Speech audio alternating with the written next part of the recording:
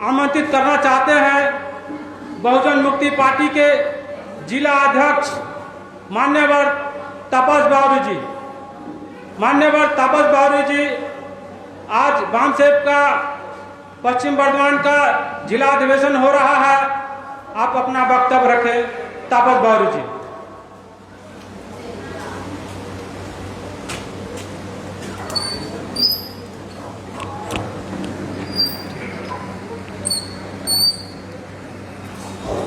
धन्यवाद संचालक महोदय को। आज बामसेब तथा भारत मुक्ति मोर्चा पश्चिम बर्धमान का जिला अधिवेशन है। तो इस अधिवेशन में सिर्फ पश्चिम बर्धमान में ही नहीं हो रहा, बंगाल के तमाम जिलों में आज ये अधिवेशन लगाया गया है। एक साथ 23 जिलों में ये अधिवेशन हो रही है। तो आज अधिवेशन में हमारे उद्घाटक के तौर पर उपस्थित है माननीय उपेंद्र प्रताप चौधरी श्री रंजन, उनको मेरा मूल्यवान अभिनंदन, एवं और भी तमाम जितने भी अतिथि एवं विशेष अतिथि और कार्यकर्ता वक्ता एवं अध्यक्ष महोदय, सभी को मैं मूल्यवान अभिनंदन करता हूं, क्योंकि समय बहुत कम है। तो साथियों, आज इस अधिवेशन में विषय लगाया गया है वो है, जिस समाज में 10 डॉक्टर, 20 वकील, 30 इंजीनियर होते हैं, उस समाज की तरफ कोई आँख उठा कर नहीं देखता है, डॉक्टर बाबा साहेब अम्बेडकर। ये विषय बहुत बड़ा विषय है, लेकिन मैं संक्षिप्त में बोलूँगा क्योंकि ज़्यादा समय नहीं है। सबसे पहला तो जिस समाज में 10 डॉक्टर, 20 वकील, 30 इंजीनियर होते हैं, उस समाज की तरफ कोई आंख उठा के नहीं देखता, ये स्टेटमेंट बाबा साहेब ने दिया था। और ऐसी सिचुएशन में बाबा साहेब ने दिया था जब बाबा साहेब हमारे समाज के अकेले नेतृत्व करने वाले थे। इससे पहले किसी ने ये स्टेटमेंट नहीं दिया था। तो बाबा साहेब जब पढ़ लिख कर हमारे देश में आए थे तो वो अकेले समाज का नेतृत्व कर रहे थे। तो बाबा साहेब ने देखा कि मैं अकेला पढ़ लिख कर यदि अपने समाज का इतना नेतृत्व कर सकता हूं, तो मेरे जैसा यदि और कुछ पढ़े लिखा व्यक्ति निर्माण हो जाए तो क्या हो जाएगा। तो इसलिए बाबा साहेब ने कहा था कि जिस समाज में 10 डॉक्टर, 20 वकील, 30 इंजीनियर होते हैं, उस समाज में की तरफ कोई आंख उठा कर नहीं देखता। लेकिन साथियों, 1950 से पहले हमारे समाज में कोई भी डॉक्टर नहीं था, वकील नहीं था, इंजीनियर नहीं था, बैरिस्टर नहीं था।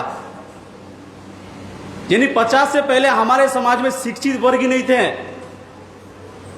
तो शिक्षित वर्ग नहीं थे, यानी हमारे समाज में नौकरी करने वाले वर्ग ही नहीं थे। तो नौकरी करने वाले वर्ग जो नहीं, उसके मतलब ये नौकरी करने वाले वर्ग में ही सारे आते हैं ना, डॉक्टर, वकील, इंजीनियर सब। तो ये एक भी नहीं था 50 से पहले। क्यों नहीं था?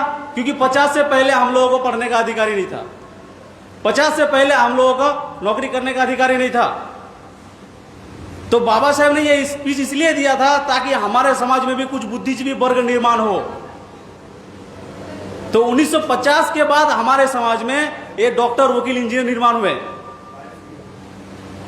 और जितने भी डॉक्टर, वकील, इंजीनियर निर्माण हुए, सबके प्रति बाबा साहेब एक आशा रखे थे, ये लोग समाज का नेतृत्व करेंगे। क्योंकि हमारे महापुरुषों ने 1848 से लेकर 1956 तक 108 साल कड़ा संघर्ष किया। उस संघर्ष के बदौलत हमारे समाज में 3 वर्ग निर्माण हुए, जिसमें से एक वर्ग आते हैं ये नौकरी करने वाले वर्ग। और पहला नंबर वर्ग आता है छात्र वर्ग, दूसरा नंबर वर्ग है नेता वर्ग, और तीसरा नंबर वाले चाकरीजीवी, हम लोग जिसे बंगाली में बोलते हैं, नौकरी करने वाले वर्ग। तो 3 वर्ग लगभग 108 साल कड़ी संघर्ष के बदौलत निर्माण हुए थे। और यह संघर्ष हमारे महापुरुषों ने किया था। हमारे महापुरुष जैसे डॉक्टर बाबा साहेब अम्बेडकर, ज्योतिराव फुले, साहू महाराज, सिद्धू कानू, बिरसा मुंडा, चांद भैरव, हरिचांद ठाकुर, गुरुचांद ठाकुर, इन सारे महापुरुषों ने आंदोलन चलाए थे। इस आंदोलन के बदौलत हमारे समाज में ये 3 वर्ग निर्माण हुए थे। और 3 वर्गों में से पहला वर्ग है छात्र वर्ग। इसके प्रति भी बाबा साहब बहुत भरोसा किए थे कि ये समाज का नेतृत्व करेंगे पढ़ लिख कर। लेकिन ये छात्र वर्ग ने क्या किया? पढ़ाई तो किया, किसके नाम पर? My education is for my family, my education is for my job. মানে বাংলায় যদি বলে আমার শিক্ষা আমার পরিবারের জন্য, আমার শিক্ষা আমার চাকরির জন্য, বর্তমানে ছাত্রজীবীরা এটা। তো এটার জন্য কিন্তু বাবা সাহেব আমাদের মহাপুরুষরা আন্দোলন চালায়নি যে তুমি পড়াশোনা করে পরিবারের নেতৃত্ব করবে, পড়াশোনা করে তুমি চাকরির জন্য প্রিপারেশন করবে, সমাজের নেতৃত্ব করবে না, তার জন্য চালায়নি।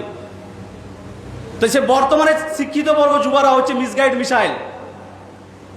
এরা আমাদের মহাপুরুষদের কড়ি মেহনতের ফলে যে ফলটা এসে সে ফলটা উপভোগ করছি, কিন্তু যে কাজগুলো করতে বলি সে কাজগুলো আদৌ করছি না আমরা। তাহলে বর্তমানে যে শিক্ষিত বর্গ সেটা হচ্ছে মিসগাইড, মিসাইল, আমাদের ছাত্র যুবরা। 2 नंबर है नेता वर्ग। तो ये नेता वर्ग के प्रति बाबा साहेब बहुत भरोसा किए थे कि ये भी समाज का नेतृत्व करेंगे। लेकिन वर्तमान में हमारे समाज में आज बहुत सारे नेता निर्माण हो चुके हैं, MP MLA निर्माण हो चुके हैं, पार्लियामेंट में बैठ गए हैं, लेकिन वो कभी भी हमारे समाज का काम नहीं करते हैं। वो सारे के सारे ब्राह्मणों के राजनीतिक पार्टियों में जाकर क्या करते हैं, दलाली करते हैं, और पार्लियामेंट में हमारे विरुद्ध में जितने भी बिल पास होते हैं सब में समर्थन देते हैं। तो ये भी हमारे समाज के विरुद्ध में काम कर रहे हैं, हमारे समाज का, लेकिन हमारे समाज के विरुद्ध में काम कर रहे हैं। तीसरा वर्ग जो है चाकरीजीवी वर्ग, जिसको हम लोग नौकरीजीवी वर्ग करते हैं। तो इन लोगों के क्या है कि बाबा साहब और हमारे जितने भी महापुरुष थे, इन लोगों ने आंदोलन चलाया, आंदोलन के बदौलत हमारे समाज में नौकरी करने वाले वर्ग निर्माण हुए। 50 से पहले तो था नहीं, कोई नौकरी नहीं कर पाता रहा, नौकरी नहीं कर पाता रहा, इसलिए पैसा भी नहीं रहा, धन संपत्ति भी नहीं रख पाता रहा। लेकिन 50 के बाद जैसे ही अधिकार मिला, नौकरी का अधिकार मिल गया, नौकरी करने लग गया, और नौकरी का अधिकार मिला तो क्या हुआ, पैसे आ गए उसके पास, और पैसे आ गया तो क्या हुआ, वो अपने गांव से छोड़कर शहर में बस गए। अब गांव से छोड़कर शहर में बस गया, गांव की तरफ आंख उठा के भी उन्होंने नहीं देखा। और उसी नौकरीजीवी वर्ग जो डॉक्टर, वकील, इंजीनियर, प्रोफेसर है, उनको यदि आप जाओ आज समझाओ कि सर हम लोग ऐसा समाज का काम कर रहे हैं, आप हमारा समर्थन करो, वो लोग क्या बोलते पता है? मैं खुद गया था, अरे मैंने मेहनत किया, दिन रात मैंने पढ़ाई किया, तब जाके मुझे नौकरी मिली, मैं क्यों सहयोग करूं आपको? तो मैंने बोला सर आपको रिजर्वेशन से नौकरी मिला है ना, तो रिजर्वेशन तो आपके नाम पे है नहीं, बावरी के नाम पे रिजर्वेशन है क्या, मोची के नाम पे रिजर्वेशन है क्या, हाड़ी के नाम पे रिजर्वेशन है क्या, जाति समूह के नाम पे रिजर्वेशन, समाज के नाम से रिजर्वेशन है। तो आप समाज के नाम से रिजर्वेशन लिए तो समाज का काम करो ना, अब घर का काम कर रहे हो।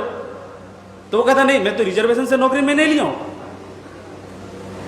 मैं तो जनरल कोटा से नौकरी लिया हूं।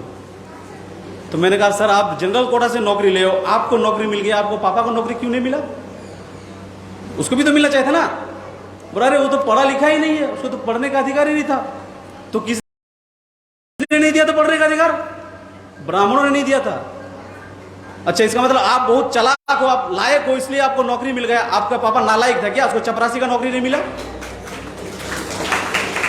तो हमारे समाज में बुद्धिजीवी वर्ग का ऐसा मेंटलिटी कायम हो चुका है कि वो जो भी आज कुछ है वो खुद के बदौलत है। अरे हमारे महापुरुषों ने पढ़ने के लेकर भी आंदोलन चलाया था। आप जो पढ़ाई कर रहे हो ना, ये भी हमारे महापुरुषों का आंदोलन का एक फल है। तो इसलिए आपको काम है कि हमारे समाज को उस दिशा में ले जाना, जो समाज आज पीछे पड़ा हो, समाज को आगे बढ़ाने के नेतृत्व में काम करना। तो समय बहुत नहीं है, टोकन आ चुका है, मैं अपनी बात को यही विराम देता हूँ। धन्यवाद। जय मूल्यवान।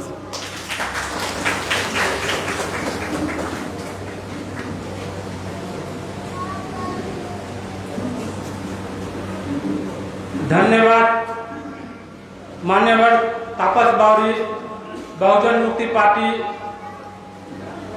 पश्चिम बर्धमान जिला अध्यक्ष। साथ ही इस प्रोग्राम को सफल बनाने के लिए हम लोग एक हफ्ता पहले इसी रूम में मीटिंग लगाए थे, जो किस तरीका से इस सभा को सफल बनाया जाए। तो साथ ही उस दिन हम लोग एक डिसीजन लिए थे कि वाम